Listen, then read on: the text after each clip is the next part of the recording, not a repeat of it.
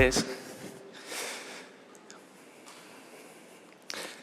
Bueno, estoy muy feliz de estar hoy aquí, así que lo primero que quería hacer es daros las gracias tanto a la organización como a los patrocinadores y a cada uno de vosotros por hacer todo esto posible.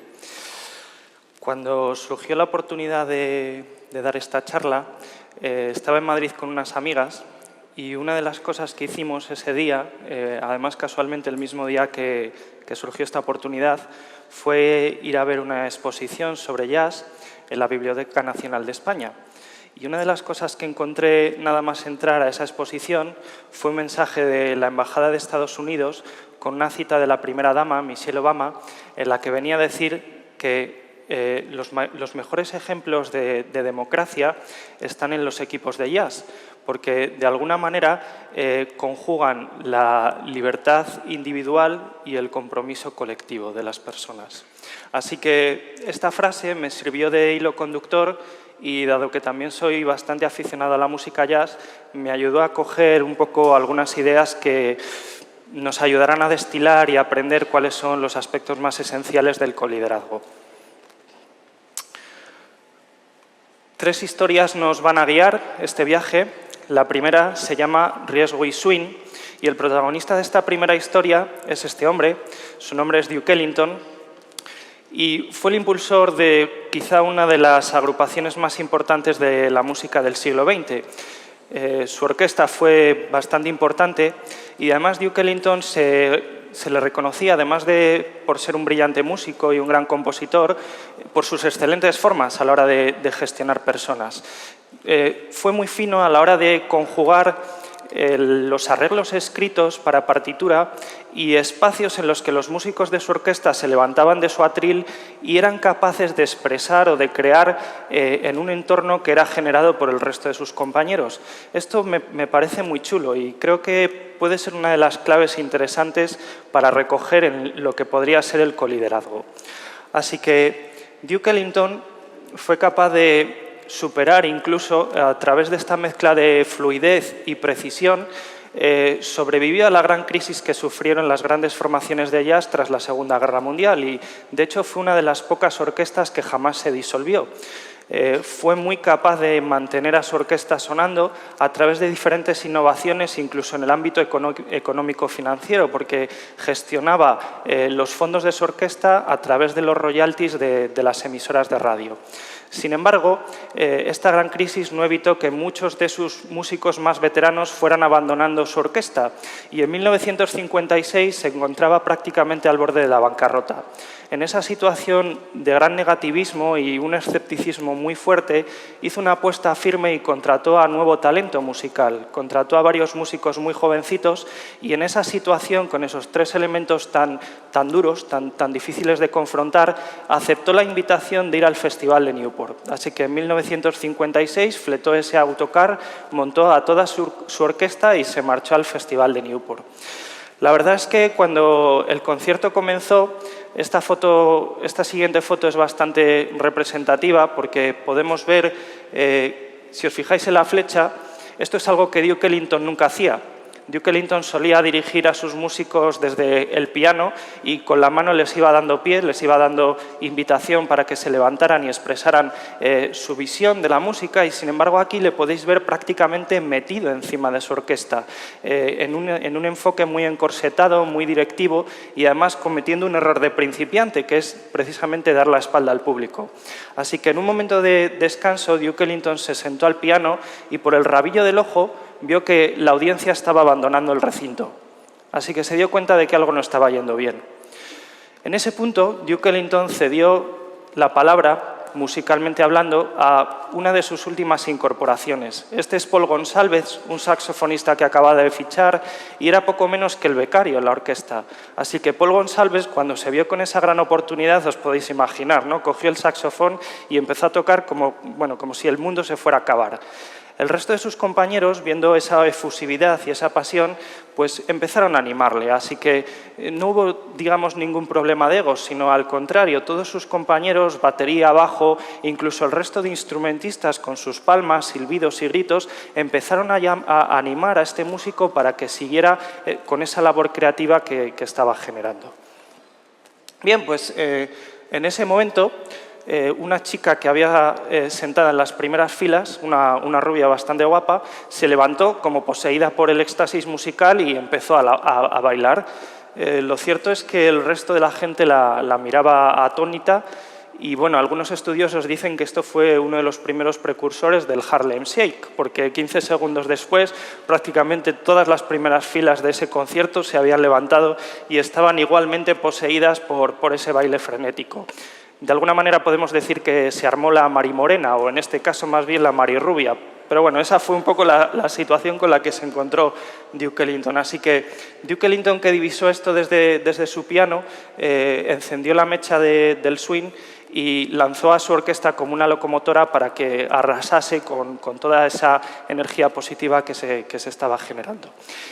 La gente que estaba prácticamente ya llegando al aparcamiento y cogiendo su coche para marcharse, escuchó todo esto y volvió corriendo de nuevo hasta los pies del escenario pues para no perderse esta situación. Así que al día siguiente, cuando Duke Ellington era entrevistado por un corresponsal de Le Monde que estaba cubriendo el Festival de Newport, dijo aquella famosa frase de «Un problema es nuestra oportunidad para demostrar lo que valemos». Este «nuestra» me gusta mucho porque creo que es una de las claves que distingue el viejo liderazgo centrado en la independencia y en el yo, en contraposición de un nuevo liderazgo centrado más en la interdependencia, en lo y en esa visión más del nosotros, más colaborativa, más compartida.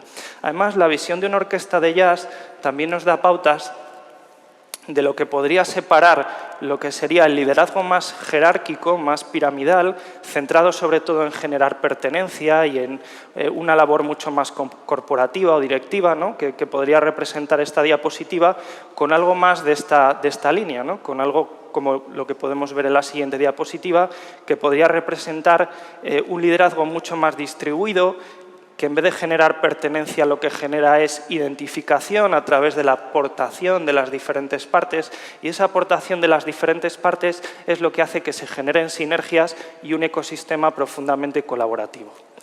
La segunda historia se llama Encuentra las diferencias. Y para no hablar todo el rato de jazz, esta más que una anécdota es un cuento.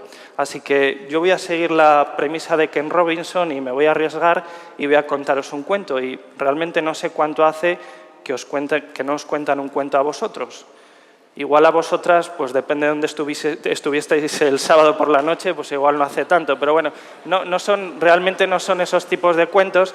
Y con la idea de trabajar de manera colaborativa me he traído dos pequeños ayudantes, ¿vale? Para contar este cuento.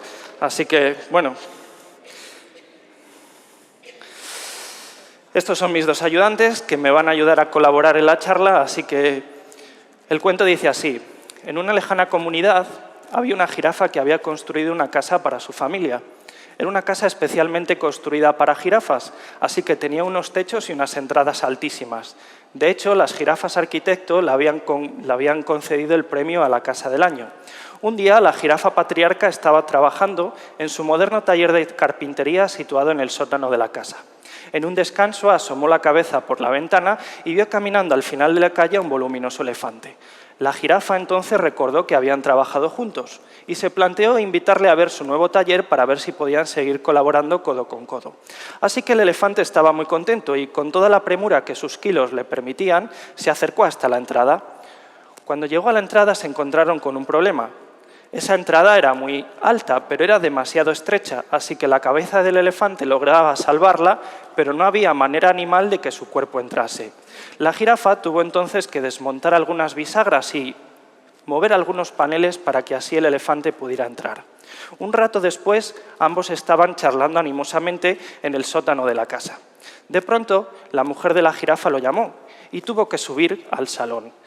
El elefante se quedó entonces en el sótano y divisó una pequeña pieza en el otro extremo de la habitación, así que se acercó a examinarla. En cuanto dio unos pasos, el suelo empezó a resquebrajarse y el elefante, muy asustado, corrió para subir las escaleras y avisar a la jirafa. En cuanto sus pesadas patas se posaron en los escalones, estos empezaron a deshacerse. Así que bajó de un pesado salto y armó un estrépito impresionante a la vez que hizo tambalearse todos los pilares de la casa. La jirafa entonces bajó muy nerviosa y le preguntó al elefante qué estaba pasando.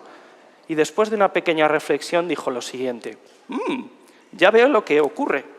La entrada es demasiado estrecha. Tendremos que hacerte más delgado. Conozco un gimnasio por aquí cerca donde hay unas clases de fitness fantásticas. ¿Qué tal si te apuntas? Creo que sería fantástico que trabajásemos juntos. Estoy segura de que podrás conseguirlo. El elefante se quedó entonces muy consternado y pensó que probablemente esa sería una buena idea, pero que iba a ser muy difícil que una casa construida por y para jirafas fuera en algún momento acogedora para un elefante.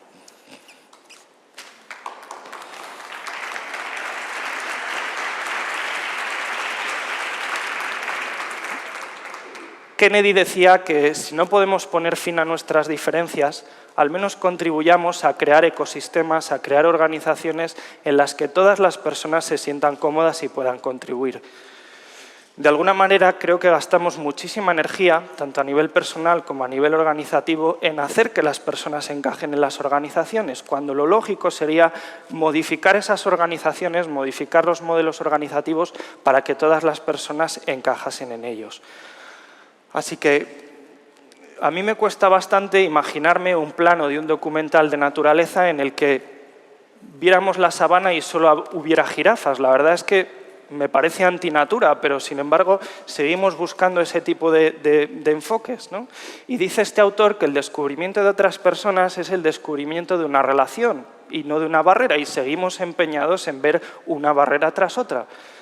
Por otro lado, el autor del Principito también nos dice que si eres diferente a mí, en vez de hacerme daño, lo que haces es enriquecerme. Así que vamos a ver si a través de estos enfoques del coliderazgo también vamos teniendo en cuenta todos estos aspectos.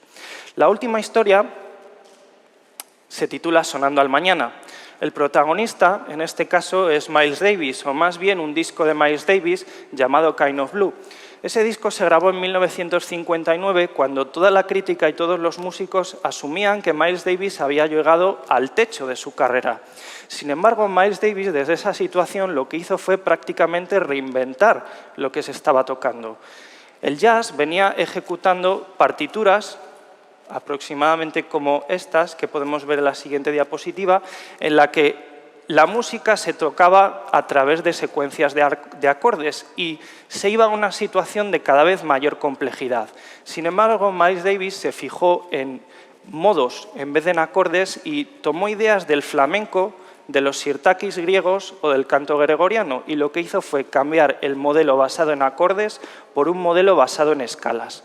Para los que no tenemos mucha idea de música, un acorde solo contempla, en su versión más básica, 4 notas. Así que cuando estás en ese acorde, lo que suena bien son generalmente esas 4 notas. Cuando tocas en una escala, tienes 7 notas, con lo cual las posibilidades son mucho mayores. Así que Miles Davis tuvo en cuenta esto y decidió basarse en esas escalas. Reunió a 4 de los músicos más representativos de ese momento, les metió en un estudio y les dio eso. Esta foto es de esa sesión, así que no les dio grandes partituras, les dio poco menos que un pedazo de papel, y precisamente ese enfoque del menos es más hizo que los grandes egos de los músicos que estaban allí reunidos trascendieran para practicar un enfoque mucho más de escucha activa y trabajo colaborativo. Esto también me parece interesante porque tendemos a complicar muchos aspectos organizativos cuando a veces la clave podría ser simplificarlos. Así que en ese contexto precisamente muy inespecífico y aparentemente simple, se consiguió una libertad de expresión que generó una involucración muy grande de los músicos. Así que los músicos pedaleaban o tocaban para que el resultado final fuera precisamente algo co-creativo y no basado en el solista, sino basado en el colectivo, basado en el grupo que estaba haciendo esa interpretación. Termino con 4 conclusiones recogidas de estas 3 historias y son las siguientes. En primer lugar, la primera conclusión es que el coliderazgo, desde mi punto de vista, trabaja para crear ecosistemas o entornos en los que las personas se desarrollen y puedan aportar, incluidos los becarios. Todos los elementos organizativos pueden aportar y tienen su contribución. La segunda conclusión es que se preocupan por gestionar la diversidad de talento. La tercera conclusión es que trabajan sinergizando y conectando ideas. Y la última conclusión es que generan ecosistemas colaborativos de alto nivel, en el que las individualidades trascienden para poder apoyar los objetivos compartidos. Así que por mi parte nada más, muchísimas gracias por vuestra atención, ha sido un gran placer. Gracias.